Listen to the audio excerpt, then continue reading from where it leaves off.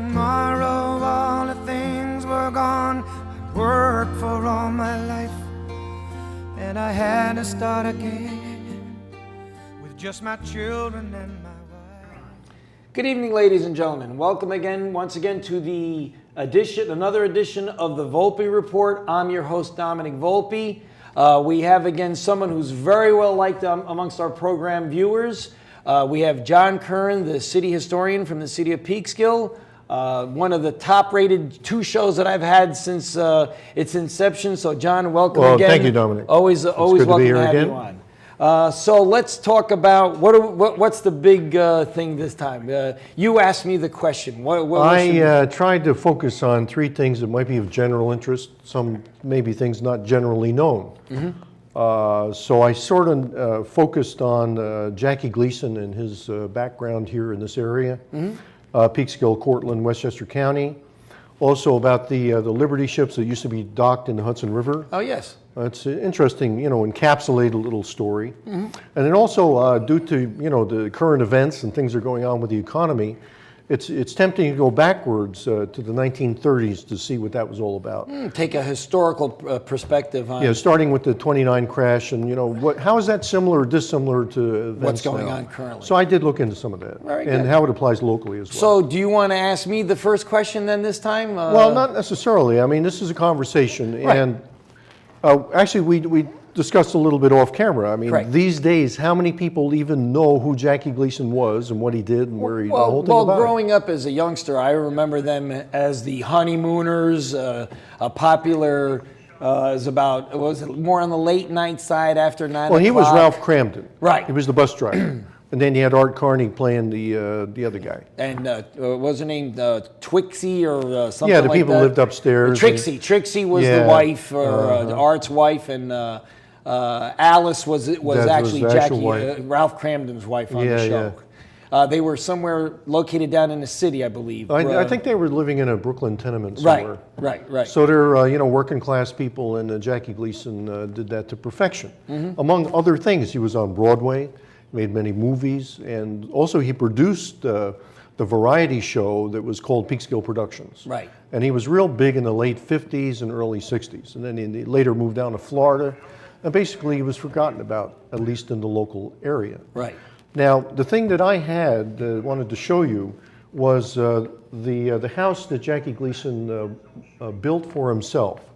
It was built about 1958 in a very modernistic style. Yeah. Everything is glass, everything is round, it's all hand-fashioned.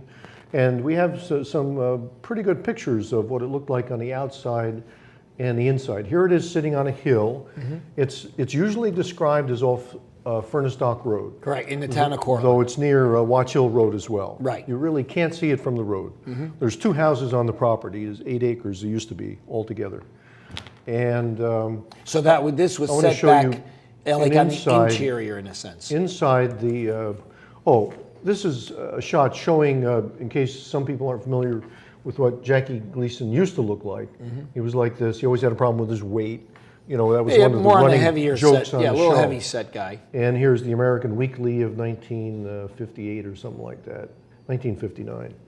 And the house was designed by 2 architects in New York City. Here's an interesting interior shot. Mm-hmm. And you can see how elegant it was. Everything was imported, expensive woods. Yep, looks like mahogany, oaks, a teak. You got a whole bunch of stuff going on there.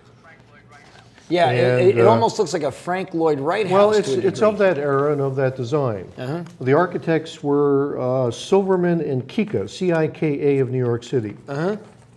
And it was also a studio, and it was a place where he entertained people in the local area. And it had 2 levels. There was an upper level and a lower level. They're very modernistic. And jokingly, he called this the mothership. That has something to do with the UFO craze at that time as well. Sure. Jackie Gleason was smarter than he had a excellent book room or library and all this type of thing. Anyway, this was the premier residence of the showman when he was up here. So he was very he was. I mean, unlike his character that he portrayed in the Honeymooners, he was well read. I mean, the guy was a smart guy. He was. And I occasionally hear stories where the local people, of this area, had either visited the house, they were doing some maintenance work, plumbing or something like that. Oh, I can give you a personal thing. Yeah, go My ahead. father was a tailor back in the early mid 60s in Peekskill. He remembers 2-3 occasions where he was invited into the house there, and he had to do a little tailoring fitting on Jackie, because his schedule was a pretty tough. And the other thing I do want to say too is I remember this is at the end of the Honeymooners episodes, as a 5, 6, 7-year-old, I remember this where at the end when they do the credits, as it would scroll, the very bottom, it would say like Peekskill. There was actually Peekskill Productions. Peekskill Productions. That's Yeah, it, and you could that's see what it he at the named bottom. the company. Exactly, because really, at that time, even though Cortland now has become more Cortland Manor and it's got its own identity, Cortland really was a suburb of Peekskill, if you want to call it in a sense. So anyone who lived in Cortland still used Peekskill. Well, they overlap. They had it's still even if you lived in Cortland at that time, you used the Peekskill mailing address, you used the Peekskill post office, and now, like I said, now since then. Cortland has its own Right.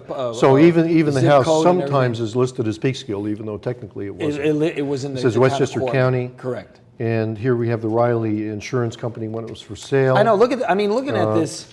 Here, put this one back. And, up. he I was mean, only- just looking at that. That's was only something there like, about, That's like an Art Deco from right now. You 5 could or almost 6 say. years.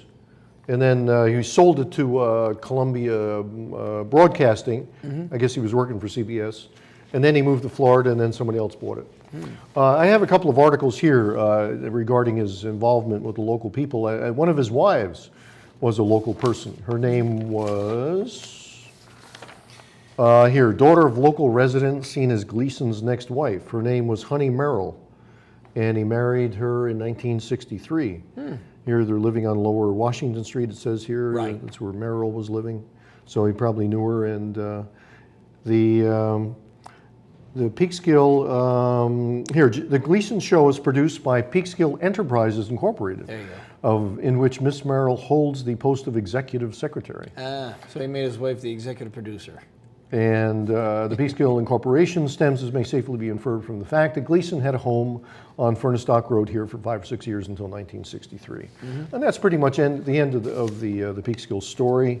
And, it follows some of his other ventures and divorces and so on. He married several times. Right. And so on like that. Well, his biggest. Do you remember any of his movies? Like I know he played in The Hustler with. Steve McQueen. No, with Paul Newman. Paul Newman. That's a great yes, picture. Paul Newman. He's a man obsessed with billiards and pool. And they're gambling, and Newman goes too far, and he tries to coach him through. It's an excellent film. He had many excellent. Now, was there a double standing in for Paul Newman, or I hear I that don't know. there Gleason was shooting pretty Someone well said there, it too. may have been actually Moscone.